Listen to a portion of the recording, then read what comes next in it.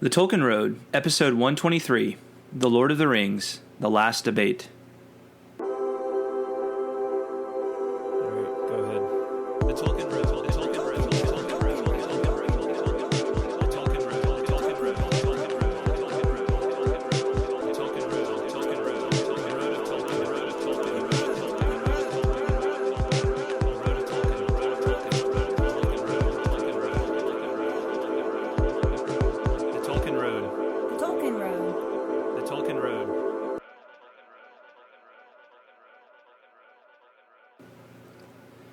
Hey there, fellow travelers. Welcome to the Tolkien Road, a long walk through Middle-earth.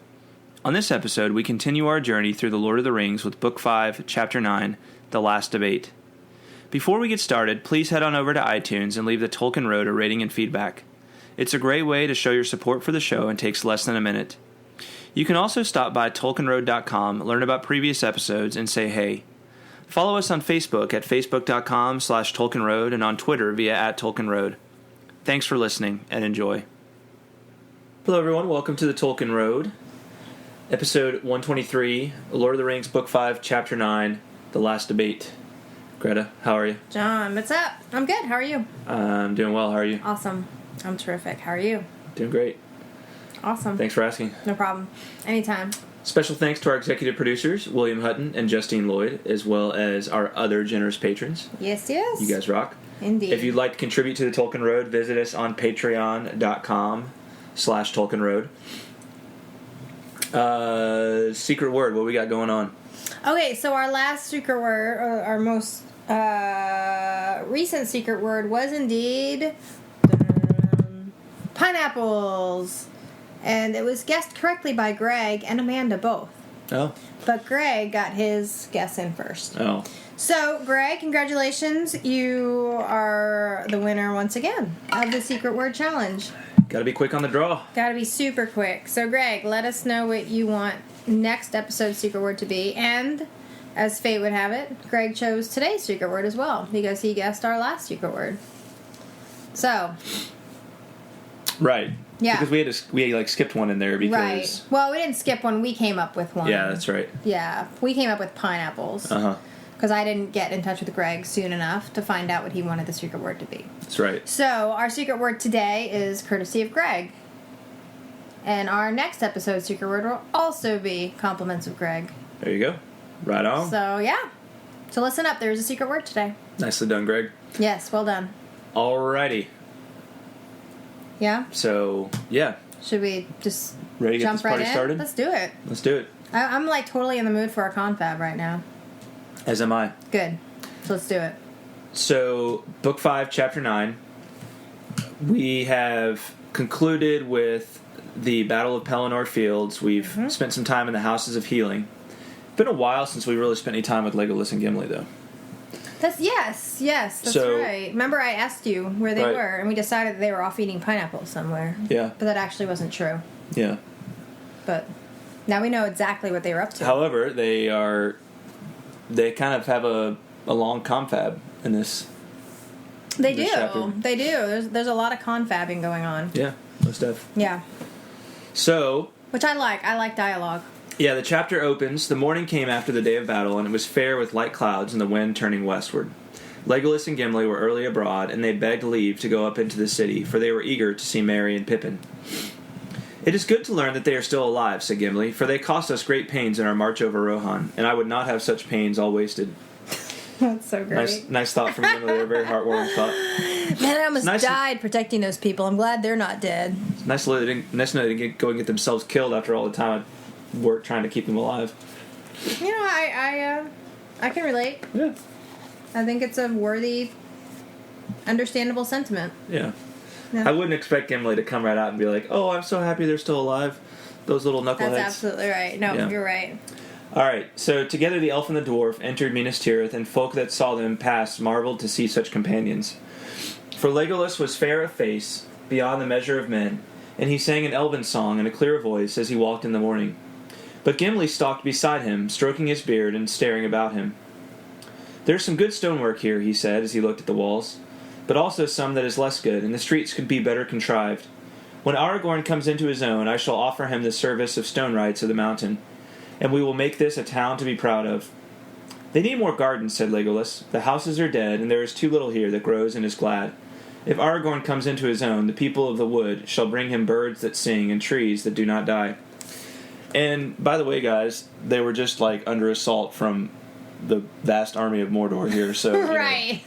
Sorry things aren't ship-shape and up to your standards. Right. Sorry the place is a bit of a mess.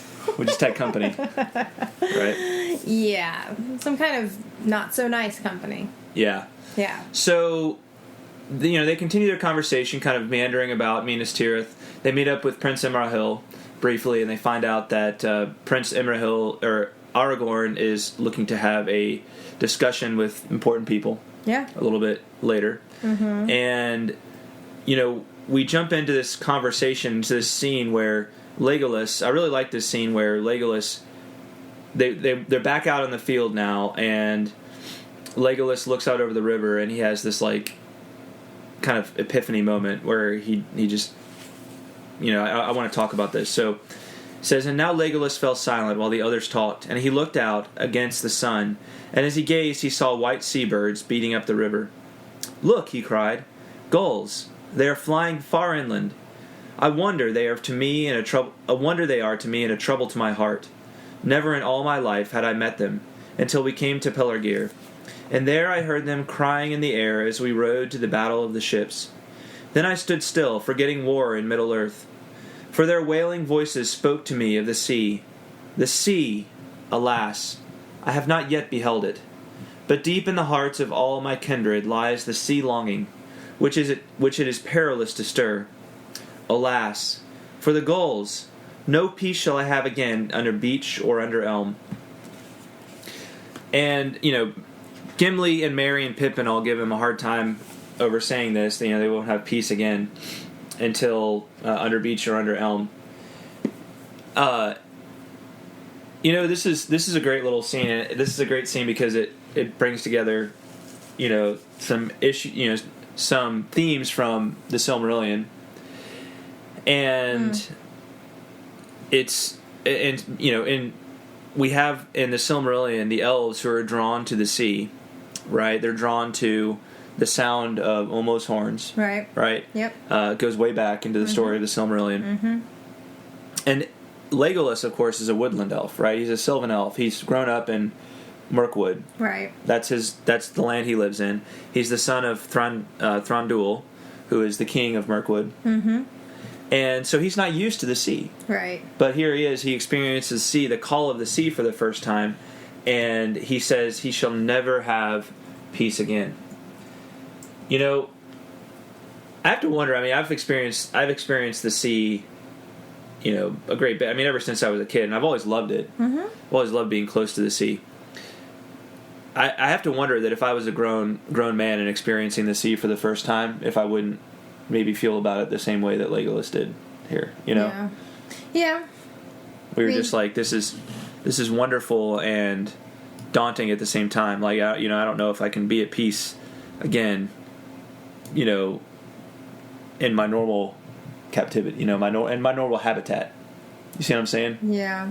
Yeah, I found this passage kind of curious because I read it a couple of times because I was trying to figure out what Legolas, I understood that he was hearing gulls wailing. But then I didn't quite understand why they made him feel this way.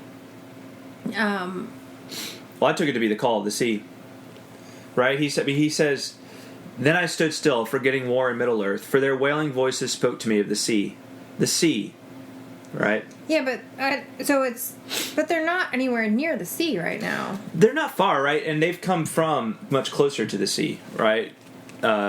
So to talk about, if you look at the map, right? Mm-hmm. If you look at map 4, right? Legolas and Gimli came through down to where Eric, right here, on map 4. They came through here, the Pass of the Dead, and they kind of followed Aragorn down here all the way over to this area right here, which is the mouth of the Anduin River, right? Yeah. So they're not far from the sea there, and right? the Anduin flows into the sea, right? And so even up here at Minas Tirith, they're still not very far from the sea. I mean, let's see if we can do the quick, math on that. I mean, I guess there's some distance, but they weren't far from it when they were down here. And the gulls, I think, especially in a region where, like the mouth of the river, like if you've been to the mouth of a big river, it's vast, right? Do you remember we went years ago? We were in what's it called? In Oregon, we were at the mouth of the Columbia River, right? Yeah. And we weren't like right on the sea or anything like that, but it's almost as wide as being on the ocean, right? It's so big. That's true. It was Astoria, is what it was. Astoria, Oregon, and you look out upon this place and you're like, that's not quite the sea, but it might as well be because it's so large. So large, right? Yeah. And even as you go further back up, the gulls, I think, tend to come a little bit further inland, and he's not hearing them right now. I don't think he's hearing them right now, is he? Well, he said, look, gulls. Okay, yeah. They are flying far inland. Okay, so maybe they're just coming to maybe talk. he just sees them. I don't know if he hears them. Well, he's got the elf vision too. So maybe that's part of it. But even so, I don't think these could be a special type of gull that come far inland. Maybe some people who live closer to the sea than us can tell us, like, oh yeah, gulls come a lot further inland than you might realize. Yeah.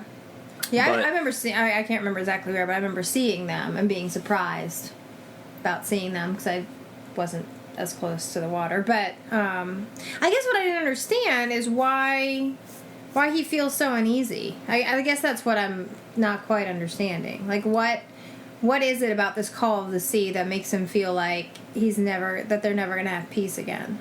Have you ever been astounded by something? Have I been astounded by something? Yeah, like astounded by something so wonderful and and glorious that you're just sort of captivated by it and you feel changed. So is that what he's experiencing here? It's just almost like a transformation of the soul, kind of? I think so. I see. And I think when you tie it in with Olmo and the history, the way elves. I mean, if you go back to if you read at the beginning, I'll have to find this in the Silmarillion now that we're talking about it. So, in Idolindale, it refers to Olmo and the way the children of Iluvatar are especially drawn to him, and now I have to find it. Now to water had that Ainu, whom the elves called Olmo, turned his thought, and of all most deeply was he instructed by Iluvatar in music. Let's see. And Iluvatar spoke to Olmo and said, seest thou not how here in this little realm in the deeps of time Melkor hath made war upon thy province? He hath bethought him of bitter cold and moderate, and yet hath not destroyed the beauty of thy fountains, nor of thy clear pools. Behold the snow and the cunning work of frost. Let's see. Truly water is come now fairer. Well, wait, maybe it was a little further back. I know it's in here somewhere where it talks about the children of Iluvatar being drawn to the sea. And I just don't have it marked in here, unfortunately. So this is kind of really meant to show the reader just kind of his lineage, like his history, like it's his history as an elf, that this is just something that they all feel at one point or another. It's not meant to do that, but it does that, right? Okay, I guess I just found it odd, like where it was placed in the chapter, and how they're just kind of like all hanging out, and then all of a sudden he's like, "Gulls! Oh, I will never be at peace again." And I don't know. It was just a little. But I understand what you're saying. Read it. Now. Read what he actually says. You just did. Read it again. You read it. Okay. Look, he cried, gulls, they are flying far inland. A wonder they are to me and a trouble to my heart. Never in all my life had I met them, until we came to Pelargir, and there I heard them crying in the air as we rode to the battle of the ships. Then I stood still, forgetting war in Middle-earth, for their wailing voices spoke to me of the sea. The sea, alas, I have not yet beheld it, but deep in the hearts of all my kindred lies the sea longing, which it is perilous to stir. Alas, for the gulls, no peace shall I have again, under beech or under elm. Yeah, so he says it's perilous. He says it's perilous to stir. To stir that longing. Right. Yeah. And this is a guy, this is an elf, who even though it's apparently in his DNA to be drawn to the sea, has never seen the sea before in all of the years of his existence. Right. Right. Right. And I'm just trying to say this is a really cool scene, right? Like he's transformed by the memory of experiencing even being close to the sea for the first, not actually even seeing the sea, right? The sea itself, but having been close to the sea. Yeah. You either get it or you don't. Like, this is not this isn't science. There's not necessarily this is like a mystical moment. Like Legolas is just saying I've been changed. Okay? Gotcha. Yes. I mean, I guess it is weird. Like, it's weird, but it's weird with a reason. Right. It's weird in the sense that it should make you scratch your head and ask, why is he so drawn to it? So, but the answer to that is in the Silmarillion. Right. Yeah. Which, unfortunately, I just don't have marked, but it's in there, darn it. We'll take your word for it, Johnny. Yeah. Oh, here we go. And it is said by the Eldar that in water there lives yet the echo of the music of the Ainur more than in any substance else that is in this earth. And many of the children of Iluvatar hearken still unsated to the voices of the sea, and yet know not for what they listen. Boom, right there. Well, boom. Thanks for reminding me. Yeah. So it's the music of the Ainur. It's the music right? of the Ainur, yeah. And as an elf, he is a child of the Ainur. He's a children of Iluvatar. He's a child of Iluvatar. That's what I meant. The children of Iluvatar. Which are men are as well, right? Right. But they were the first. Right. They're the firstborn. Yeah. The elves are. And, he's drawn to it and he hears within it, the music of the Ainur. Gotcha. Right? Yes. But with Legolas and his people, they're disconnected, right? They're disconnected from those who traveled to Valinor in the first place. So they know of these things, but they don't have that same connection that a lot of the characters in the Silmarillion have to the people of Valinor. Right? Yes. Okay. So, anyway. Cool. I just think that's a really cool scene. I wasn't saying it wasn't cool, I just didn't get it, but now I get it, so thank you. Yeah, so he hears, he's like, but deep in the hearts of all my kindred lies the sea longing, which is perilous to stir. The sea longing, why does he feel that? Why is that in there? Because of the music of the Ainur. Because it still lies within the music of the Ainur. Which, what is the music of the Ainur? It's the meaning of life. Like, it's the meaning of reality, right? It's it's the very secret of reality and the secret of existence. Right. Okay. Yeah. Yep. So yeah, I think it's cool. Moving on. Hey, I think it's totally cool too. I love gulls. I love gulls. Get you a t-shirt that just says I love gulls. I love gulls, except when they're attacking you on the beach. Then I don't love them. All right. So we proceed to have a conversation to listen in on a conversation between Legolas and Gimli and Merry and Pippin about the Paths of the Dead and what happened after the Paths of the Dead. Right. And at first, Legolas and Gimli are like, "Oh, we just don't want to talk about. We don't want to talk about it, bro. We just don't want to talk about the Paths of the Dead. Let me tell you about all the things we don't want to talk about." Yes. That's basically how this conversation plays out. Let me explain in detail all of the things that we don't want to explain in detail and why we don't want to talk about them. Right. Yeah. So a little funny how that works. Yeah, it is fun. It's almost kind of like it's kind of an interesting trick. I kind of chuckled at this because it's like you will talk about. You ask somebody a question about something like, oh man, I really don't want to talk about it. And you're like, okay, I just wanted you to know that I care. And then you ask a question that's kind of related, but not really. And then you somehow get them talking. Right. And I feel like that's kind of what Merry and Pippin do. Is they kind of start asking questions that are related to encourage conversation, but with that, so they actually get them to start talking, but without being obvious that that's what they're doing. Right. Anyway. Yeah. Okay. So, so they have a confab. They have a confab concerning the Paths of the Dead. Yep. And we learn that this thing starts following. We saw a little bit of this way back when we last kind of caught up with Aragorn after he had led them through the Paths of the Dead. And we have this shadow host that is kind of following Aragorn. These are the ghosts of the people that failed in their oath to Isildur. Right. Right. That he went to the big rock and called. Right. So Aragorn has called them, and they are on this journey from the Stone of Eric for 4 to 5 days to get to, where does it say they're going to? It says to Pelargir. So which is right on the river, right on Anduin. It's a big city on Anduin, on the Anduin River. Okay. So they're going along, and the Shadow Host actually wants to run ahead, but Aragorn forbids them to do so. And as they travel through this land, these are people of Gondor. As they travel through this land, the people are like, scared because they sense the Shadow Host, and they don't. And so they all kind of stay indoors and stay out of the way. And then they finally get to the sea where they've reached they've found the fleet of Umbar that's gathered, right? This naval fleet that's gathered at the river, getting ready to sail up and be this final force that's going to put the death blow to Minas Tirith. And they the forces of the forces of the fleet of Umbar kind of scoff when they see this little group of warriors coming to get them. Right. And then Aragorn's like, "Okay, Shadow Host, you know what to do," and he releases them.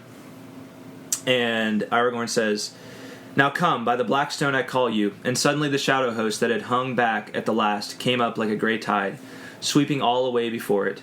Faint cries I heard, and dim horns blowing, and a murmur as of countless far voices. It was like the echo of some forgotten battle in the dark years long ago. Pale swords were drawn, but I know not whether their blades would still bite. For the dead needed no longer any weapons but fear. None would withstand them. To every ship they came that was drawn up. And then they passed over the water to those that were anchored, and all the mariners were filled with the madness of terror and leaped overboard, save the slaves chained to the oars. Reckless we rowed among our fleeing foes, driving them like leaves, until we came to the shore.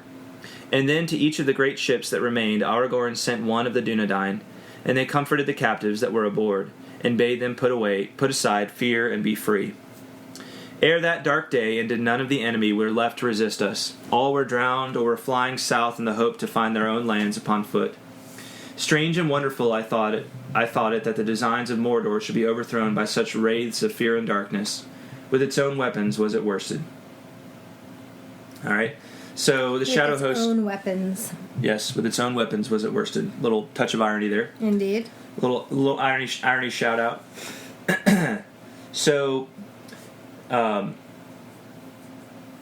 at this point, Aragorn releases the Shadow Host from service to him. They've now fulfilled their oath. Right. Yeah. So, and thereupon the King of the Dead stood out before the host and broke his spear and cast it down. Then he bowed low and turned away, and swiftly the whole grey host drew on and vanished like a mist that is driven back by a sudden wind. And it seemed to me that I awoke from a dream. Yeah, that would feel like awaking from a dream. Yeah, pretty much. I think so. And then now that the fear of the dead was removed from the land, the people of that land came to Aragorn because they had heard the rumor of the heir of Isildur being about. Mm-hmm. And so there's they start kind of building up this new force to take these ships upstream. Right. Okay. So they take over this fleet, and at first things aren't going right. They're rowing upstream, right? The Anduin is flowing towards the sea, right? As rivers will do. Mm-hmm. And this is not good news for them because they're trying to get to Minas Tirith quicker. And so Aragorn at first is very disheartened by this and worried that they won't make it. Mm-hmm. Gimli too, and I like this line: "Up with your beard, Durin's son, for thus it is spoken. Oft hope is born when all is forlorn." Mm-hmm. Right? Absolutely, I love that line. So next time I'm down in the dumps about something, I'll just say, "Up with your beard." Up with your beard. Up with your beard. Right. Can't use that on me though. No. I don't have a beard. You don't have a beard. No, but I can totally use it on you. But I do like the thing about hope. Mm-hmm. It's kind of that whole idea of the night is darkest just before the dawn, right? Yes. Yeah. Oft hope is born when all is forlorn. Yeah. Oft hope is born when all is forlorn. Mm-hmm. You just got to look for it all the harder then, right? That's right. I wonder if that's why. I wonder if that's why it's often when things seem so forlorn that hope is born is because you're looking for it. That you need it so desperately. Yeah. I don't know. I don't know either. Just a thought. I think it's it's ponderous. Yeah. Not ponderous. That's not really what I mean. It's a good question. And, it's maybe not one I want to dive into right now, but it's a very deep question. But that does seem to be how stories tend to work, right? Even when things are their darkest is when the turn That's when the shall term. come. The It's a very Tolkienian idea. catastrophic moment That's right. often happens when all is forlorn. Mm-hmm. Yep. All right, so... But at midnight hope was indeed born anew. Sea-crafty men of the Ithir, gazing southward, spoke of a change coming with a fresh wind from the sea. Long ere day the masted ships hoisted sail, and our speed grew until dawn whitened from the foam at our prows. And so it was, as you know, that we came in the third hour of the morning with a fair wind and the sun unveiled, and we unfurled the great standard in battle. It was a great day and a great hour, whatever may come after. So They get more help. Well, the wind turns in their favor, and they can unfurl the sails, and the sails can carry them much faster than they were going before, because they were just rowing. They were rowing upstream before. Right. What Rowing does this mean? rowing against the current. Right. But what is so? This it says, sea-crafty men of the Ithir, gazing southward, spoke of a change coming with a fresh wind from the sea. Who are these men of the Ithir? I think they're just people that live in that region, like seamen that live in that region. Oh, so they kind of foretold that there was going to be a new wind coming. Right. I see. You know what the Ithir is? What? The Ithir is the mouth of the Anduin. Oh, Yeah. okay. So these are mariners that live down in that region. Got it. So they know the river and the currents really well. And especially where the river meets the sea. Got it. Right on. Yeah. These are people that would know such things. Mm-hmm. All right. So that's kind of the story, and the rest is history. The ships arrive just in the nick of time, and the tide of battle is turned, and the forces of Sauron are defeated on the Pelennor fields. Woo-woo. That's right. Yep. So that's how that came. That's how that all came about. Good job, guys. Yeah. And now we're moving on to really what the namesake of this chapter, which is the debate. Right? What do we do now? Debate. Right? Because though Sauron's forces have been defeated at the Battle of Pelennor Fields, the battle is won, but the war is not. Right. Right? The war is still going on. Yep. And what they realize is that Sauron, even though he sent a huge force against them, he still has a ton of forces in reserve in Mordor. Yep. And he's building them up. And he is building them up. Now, the problem is that, and essentially, they all realize that they don't have the force to match the force that he holds in reserve, right? Right. They, in all honesty, like they don't have the size force they need to match the size of Sauron's forces that he's mustering there. Right. Yeah. Furthermore, they do believe that the ring is still out and about. Right, trying to get into the land. So the question is, how can they support that? Because basically Gandalf has this to say. Let's see, where is it? The stones of seeing. There we go. Gandalf says, "My lords, listen to the words of the steward of Gondor before he died. You may triumph on the fields of the Pelennor for a day, but against the power that has now arisen there is no victory. I do not bid you despair as he did, but to ponder the truth in these words. The stones of seeing do not lie, and not even the Lord of Barad-dûr can make them do so. He can, maybe, by his will, choose what things shall be seen by weaker minds, or cause them to mistake the meaning of what they see. Nonetheless, it cannot be doubted that when Denethor saw great forces arrayed against him in Mordor, and more still being gathered, he saw that which truly is. Hardly has our strength sufficed to beat off the first great assault. The next will be greater. This war, then, is without final hope, as Denethor perceived. Victory cannot be achieved by arms, whether you sit here to endure siege after siege, or march out to be overwhelmed beyond the river. You have only a choice of evils, and prudence would counsel you to strengthen such strong places as you have, and there await the onset. For so shall the time before your end be made a little longer. Then you would have us retreat to Minas Tirith, or Dol Amroth, or to Dunharrow, and there sit like children on sandcastles when the tide is flowing, said Imrahil. That would be no new counsel, said Gandalf. Have you not done this and little more in all the days of Denethor? But no, I said this would be prudent. I do not counsel prudence. I said this would be prudent. I do not counsel prudence. I said victory could not be achieved by arms. I still hope for victory, but not by arms. For into the midst of all these policies comes the Ring of Power, the foundation of Barad-dûr, and the hope of Sauron. Concerning this thing, my lords, and now all know enough for the understanding of our plight and of Sauron's. If he regains it, your valor is vain, and his victory will be swift and complete, so complete that none can foresee the end of it while this world lasts. If it is destroyed, then he will fail, then he will fall, and his fall will be so low that none can foresee his arising ever again.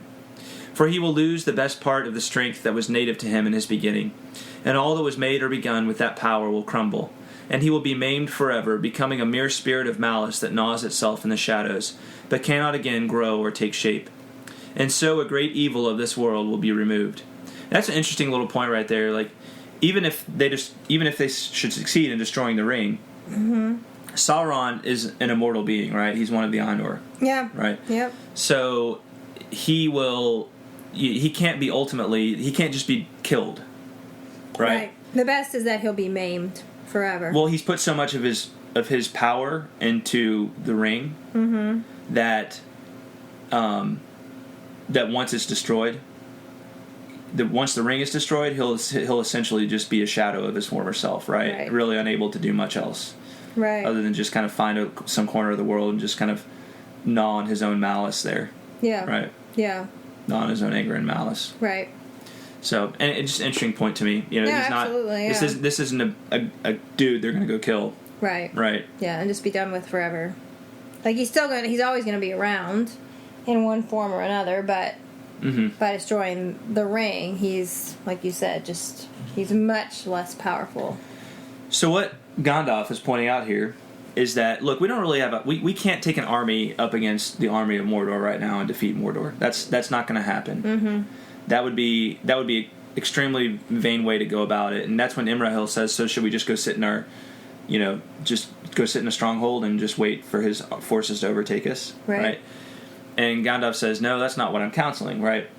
I think we need to go up against him, but the reason we're going to do that is to draw him off, right? To kind of distract him, right? Right? We're the bait, right? We're the bait that we want him to take, and we got to pay attention to what he says after this, though, because this is important, right? So." What has Aragorn done? Aragorn showed himself to Sauron. Right. Sauron, up until now, has probably been thinking to himself, there's not many that could actually wield the ring against me.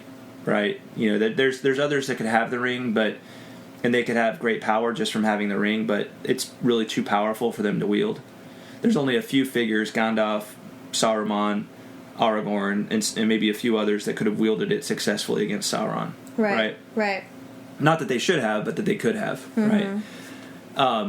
So basically how this works is Aragorn has shown himself to Sauron, and so Sauron is now nervous, right? Sauron is like, okay, now I know there's somebody out there, and they may have the ring and they may not, but I do know that they just defeated my forces on the field at the Battle of Pelennor Fields, right? I do know they just whipped their butts, right?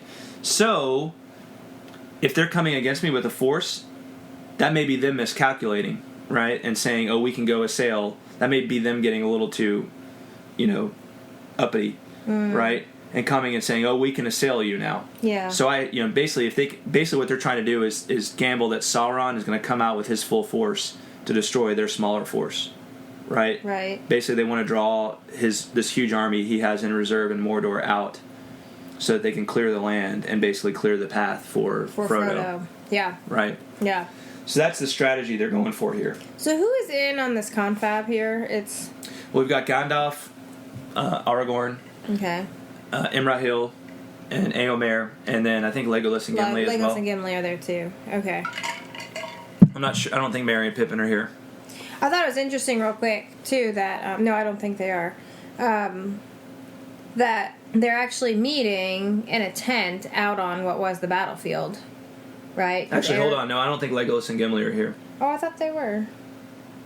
This is going on at the same time as Legolas and Gimli and Merry and Pippin are talking. Oh, are hanging out. Because Imrahil, remember at the beginning of the chapter, Imrahil was with Legolas and Gimli, and then he parted ways with them and said, "That's right. Yes, he did. I gotta go to this confab." And Gimli. That's right. Yeah. Yeah. Right. But I just wanted to point out real quick again something that we kind of talked about last episode, that that they're meeting in a tent right outside the city. Because Aragorn doesn't want to come into the city. Right. Even to have this confab. Right. Which I thought was kind of interesting. Because it's like, dude, you can have you can go chill and chat with your buddies in the city without taking over it as king. Mm-hmm. Right? Or not? Well, I think it's again. I think he's sensitive to the symbolism of it, and he's really trying. It is interesting how Aragorn carries himself, because it's almost like Tolkien is emphasizing through Aragorn that Aragorn is a truly like righteous king. You know, he has the right. Rightfully, the throne is his. Sure. Yeah. But how does he go about gaining it? Right. That's the question. Right, but I just feel like you don't have to. He could just go. It's just, I thought it was a little. I mean, maybe it's just Tolkien's way of driving home the point again about kind of showing us more insight into Aragorn's character, but just the fact that he didn't want to have this discussion inside the city. Do you know what I'm saying? I think the longer he hangs out in the city, the longer people are saying, "Oh, the king has returned to Minas Tirith," right? So he's really just trying to keep his distance. Right. Yeah. I think he's trying to keep the focus off of, "Oh, the king has returned," and it's like, well, hold on, yet. You know, the king. If the king returns and it's for a couple of days until Sauron's reserve forces get here, then it's not a lot. The king didn't do us a lot of good. No, that's true. Right. Yeah. So it's just another way of him saying, "My time has not yet come." Right. Got it. Let's deal with Sauron first, and then we'll worry about, giving me a crown and all that good stuff. Okay. So, it goes on. As Aragorn has begun, so we must go on. We must push Sauron to his last throw. We must call out his hidden strength so that he shall empty his land. We must march out to meet him at once. We must make ourselves the bait, though his jaws should close on us. He will take that bait in hope and in greed, for he will think that in such rashness he sees the pride of the new ring lord, and he will say so. He pushes out his neck too soon and too far. Let him come on, and behold, I will have him in a trap from which he cannot escape. There I will crush him, and what he has taken in his insolence shall be mine again forever.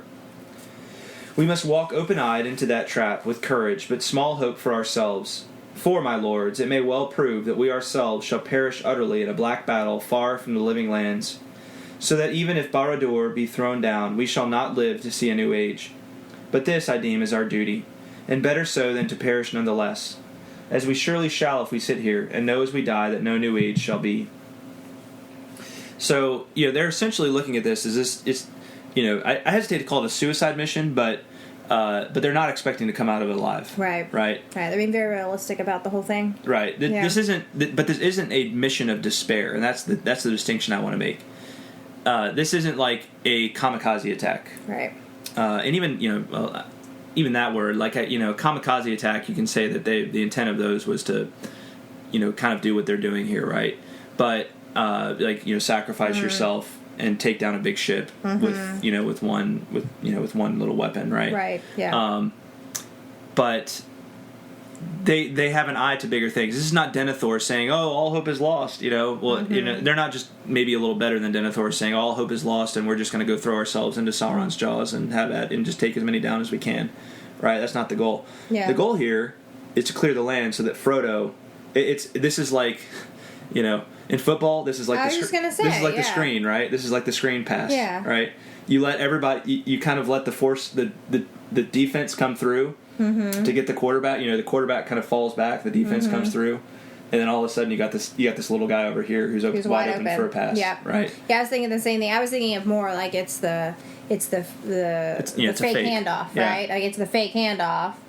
If it's a good fake, the defense buys it.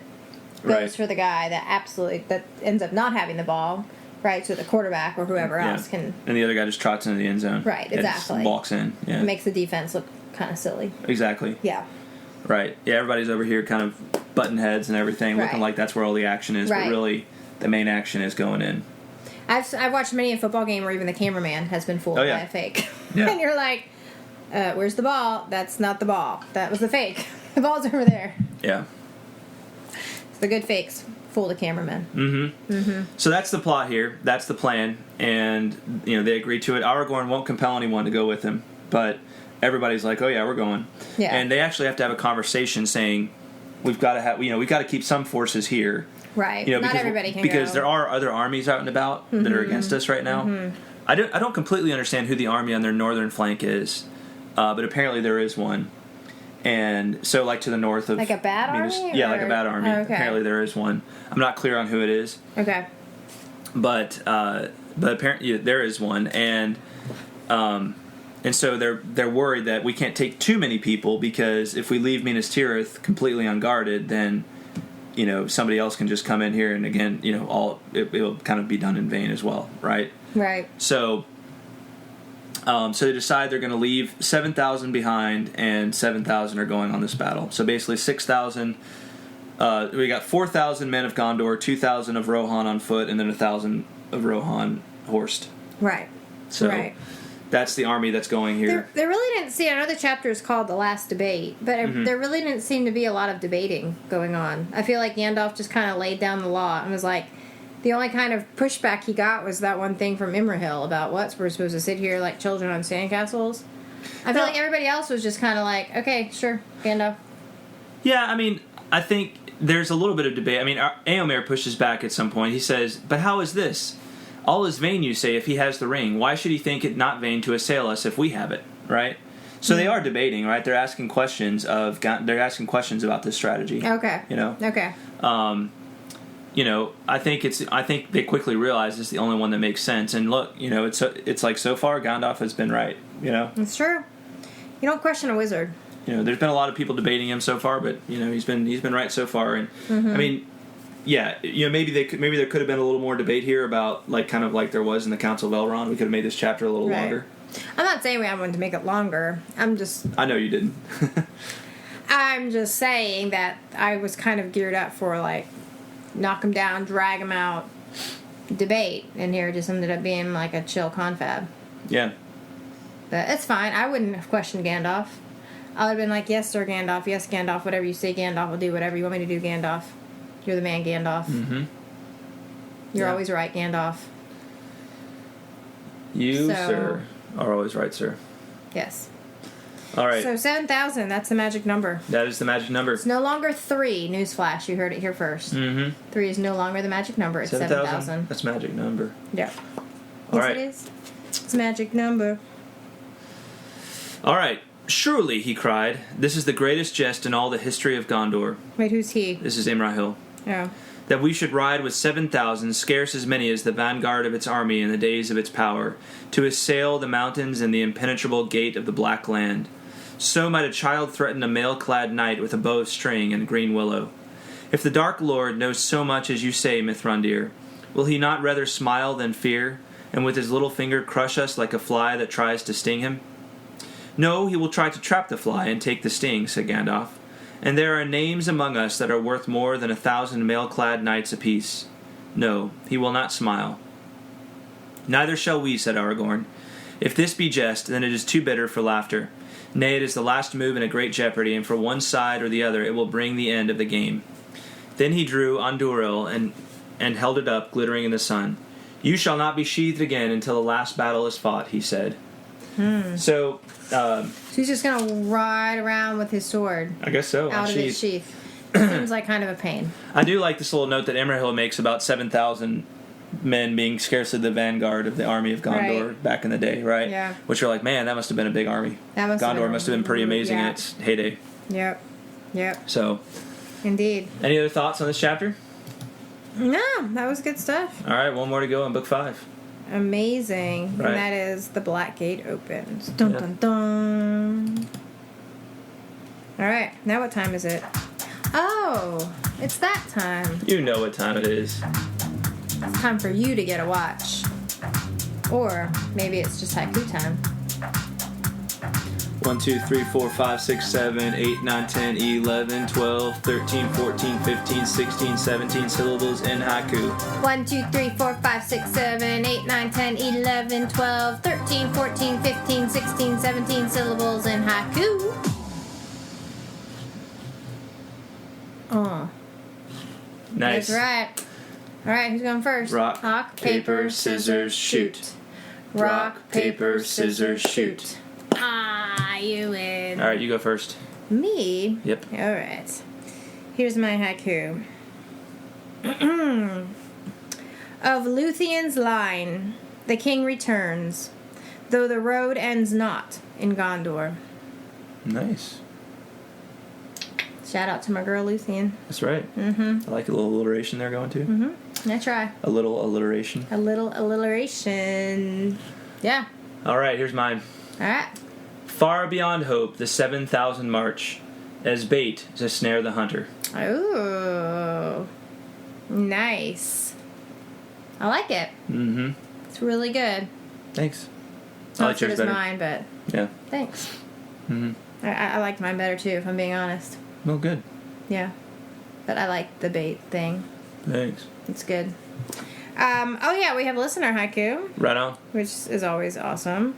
All right, so we have a note from Gregory. What's up, Gregory? Gregory, hello. So he wrote 2. Here's his first.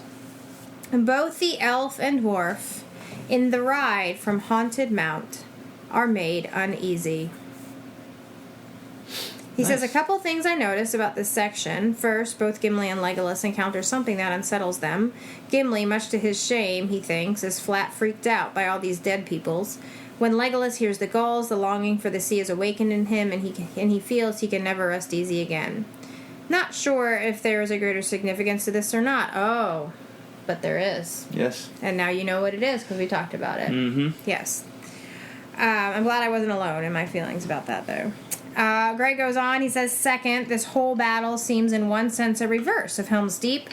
While in Helm's Deep we follow Aragorn, Legolas, and Gimli and are told after what Merry and Pippin have been up to. In this one, it's turned around.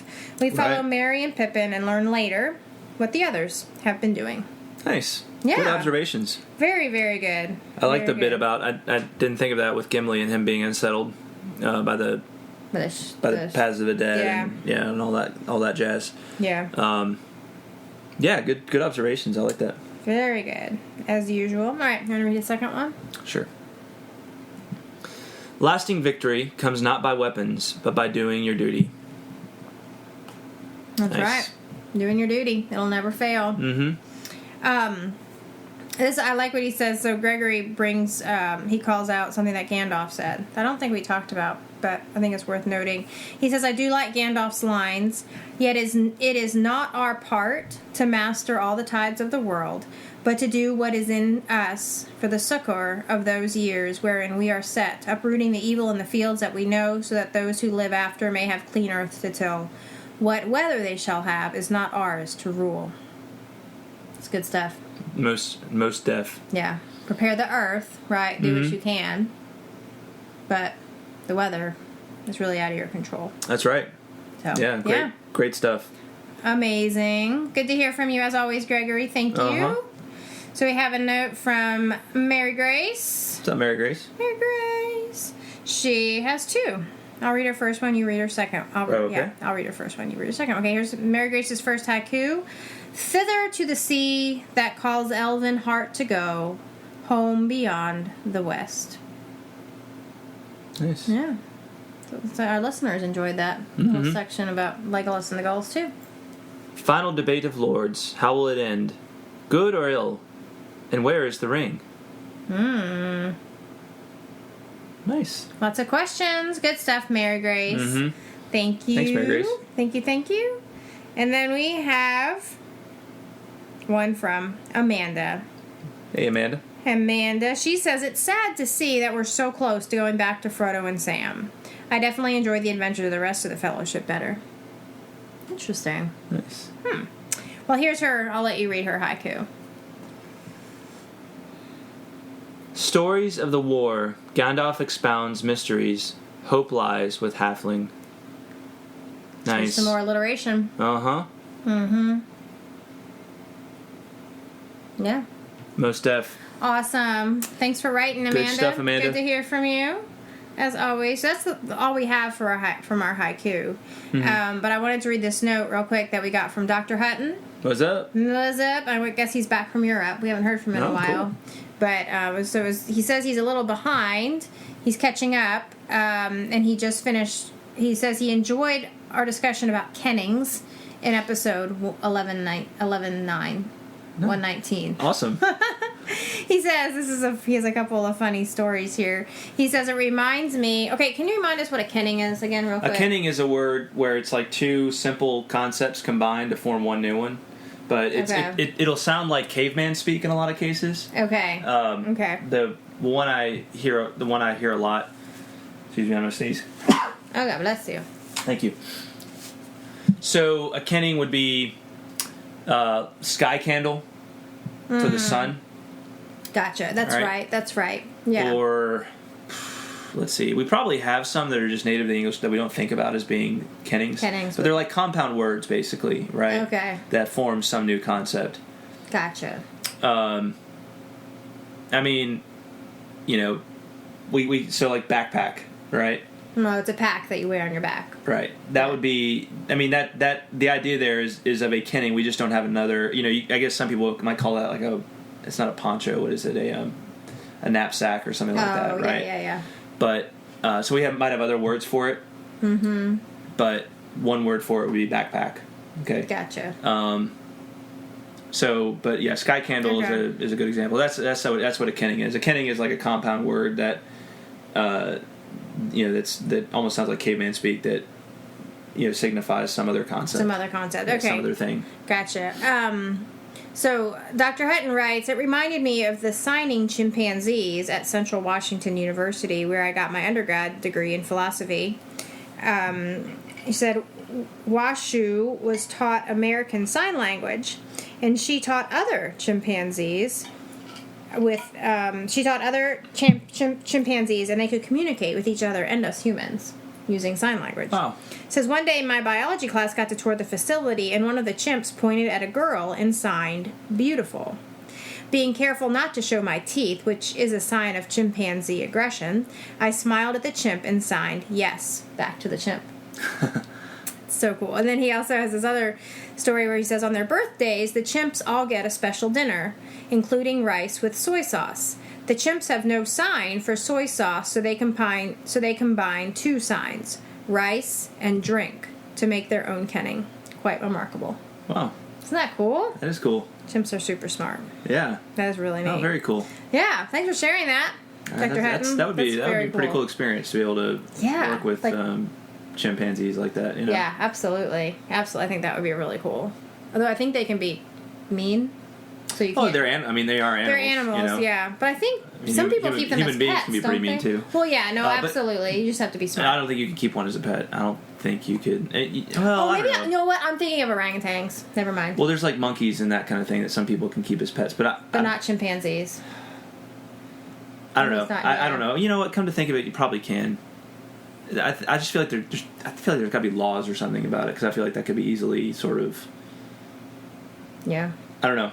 It's an interesting question. Yeah, I don't know. It is an interesting question, but I remember hearing about those, seeing like chimpanzees, like neat things about chimpanzees a lot when I was a kid. Yeah. And so I think they were starting to do a lot of work with them on like the scientific community, just to understand them, like back in the late 20th century. Gotcha.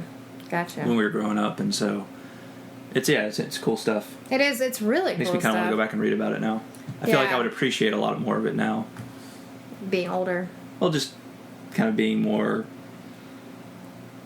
with how I see the world, I guess, you know, and like human nature, and like comparing them to our nature and that kind of thing. Yeah, that's really interesting. That's very cool stories. Yeah. So thank you for sharing, Dr. Hutton. Yes, indeed. Good to hear from you and all our listeners. Indeed.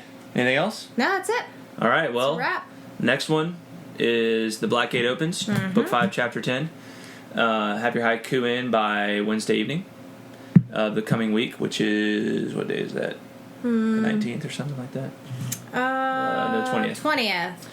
So, just 2 days before Bilbo and Frodo's birthday. There you go. Mm-hmm. Thanks to all our patrons, Y'all Rock, executive producers, Dr. William Hutton, and Justine Lloyd, as well as Shannon Stockbridge, Josh Sosa, Brian Orr, Margaret Lyon, Emilio Perea, Zeke Farmer, Caleb Santana, James Applegate, Caitlin Fascista, Matt Scarrance, Al Taylor, Per Brenner, James Lindberg, Chris Loftus, Lawrence McGowan, and Richard Wall. Appreciate y'all. You guys rock steady. Most def. Most def. All right, well, good episode, Greta. Indeed, good episode. Thank you guys for listening. Thank you for listening, indeed. We will talk at you next time. Yes, we will. Bye. Bye, guys.